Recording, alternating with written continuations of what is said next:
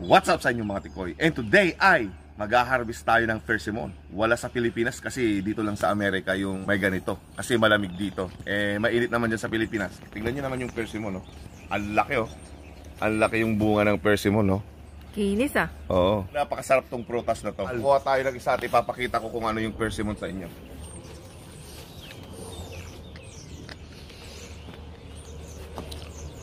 Hindi mo na mabuhat yung sarili mo.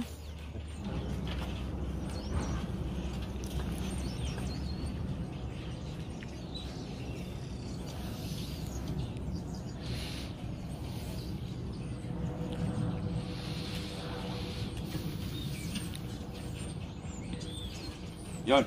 Okay, tingnan natin to. Medyo mas matigas, mas maganda to. Yan, i-break natin. Matigas nga.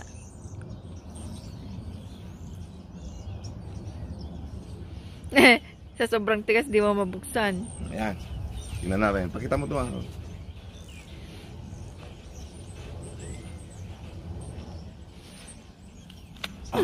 Yan, oh. Oh. Ano?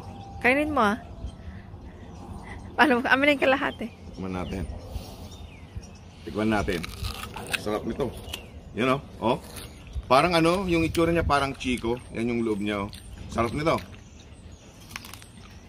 Sarap. Crunchy.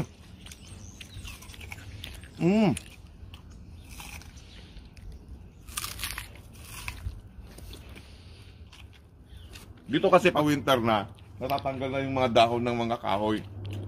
So kung makikita mo, yung mga bunga na lang. Mga bunga na lang naiiwan.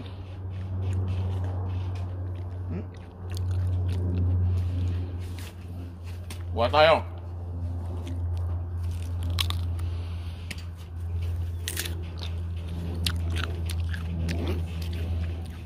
Hinain na ng ibon to. O tuta.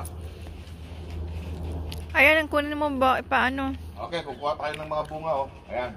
Kukunin na natin, baka unahan pa tayo na ibon.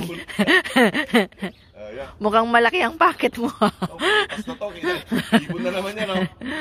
Ano nga, iso mo tayo. Oh, kinain na lang ibon, oh. Ito rin, oh. Kinain na naman ng ibon. Sa kanya nila yan.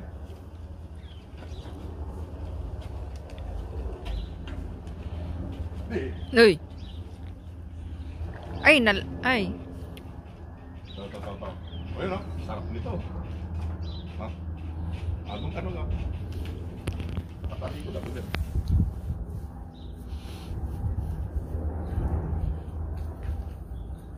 Yun. Kunin na natin laptop. Ayun, oh. Inuumpisa na naman yung ibon. Yan, oh. Oh, yan, oh. Oh, ay, ang sarap nito, oh. Ito masarap. Oh. Hindi, nahulog na. Puno na yung bucket mo. Humawak ka. May nahuhulog sa ganyang hagdan. Hindi, nahulog na. I-stop ko muna.